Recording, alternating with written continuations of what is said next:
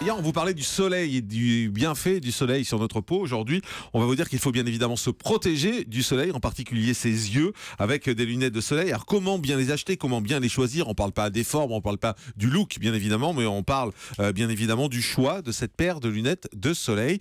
Isabelle Quenin, vous qui êtes experte en paire de lunettes, comment que je paire régulièrement.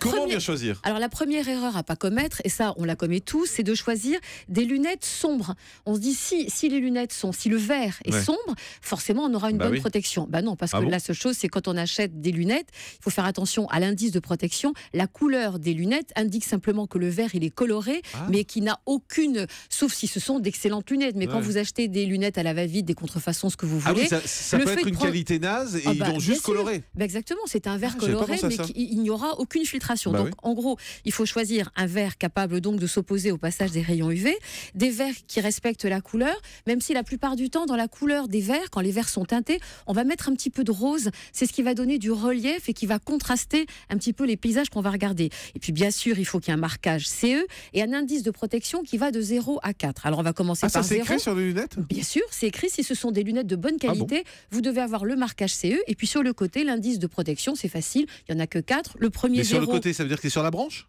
Oui, ou sur l'étiquette. D'accord. Donc vous avez 0, là c'est pour le côté juste esthétique, c'est un petit peu la lunette confort, un peu pour la frime.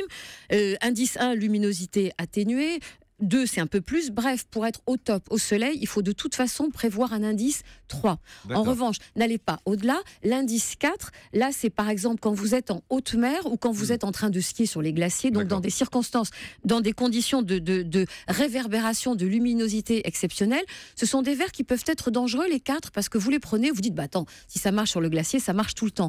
En revanche, ce sont des verres qu'on interdit d'utiliser quand vous conduisez. Parce que là, vous ne voyez exactement, vous ne voyez absolument plus rien. Donc pour un ensoleillement classique, vous prenez juste un indice numéro 3. Alors pour la qualité des verres, il y en a plusieurs. Il y a les verres minéraux qui sont difficiles à rayer mais qui n'aiment pas les chocs. Vous avez les verres organiques qui sont légers et qui résistent aux chocs. Vous avez les anti-reflets, les photochromiques. Et puis je vous disais, pour conduire, c'est les polarisés. Vous prenez des verres polarisés. Un polar. Et là, vous êtes tranquille. C'est ça. Polar au volant. Vous lisez votre polar. Bonjour, un polar, oui.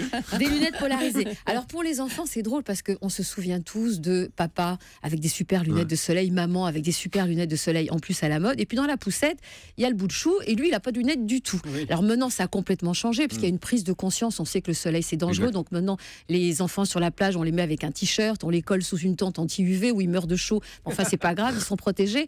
Donc de toute façon il faut bien penser, et très très tôt, puisqu'ils vous disent qu'avant 1 an, d'une façon générale, leurs yeux sont beaucoup plus fragiles, sont beaucoup plus perméables à la lumière, et jusqu'à leur 1 an, la rétine reçoit 90% des UVA et 50% des UVB. À 12 ans, ça diminue un peu, c'est 60% des UVA, 25% des UVB, et puis dès qu'on est à l'âge adulte, c'est le cristallin, en quelque sorte, qui va être le premier filtre. Donc, quand ils sont tout petits, il faut vraiment qu'ils aient des lunettes de soleil. Alors, elles sont pas toutes hyper mignonnes, parce que vous savez, il y a les caches sur les côtés. En pharmacie, des petites lunettes rondes, c'est et puis il y a adorable. les caches sur les côtés, surtout pour éviter que le soleil n'arrive par le côté, et du coup que les lunettes ne servent à rien.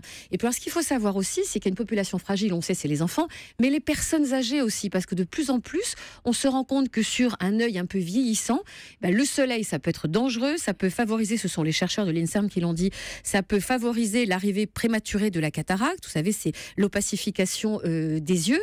Donc ça, il y a déjà ce premier point de vue-là. Et puis sur la DMLA, là aussi, le soleil peut avoir une répercussion.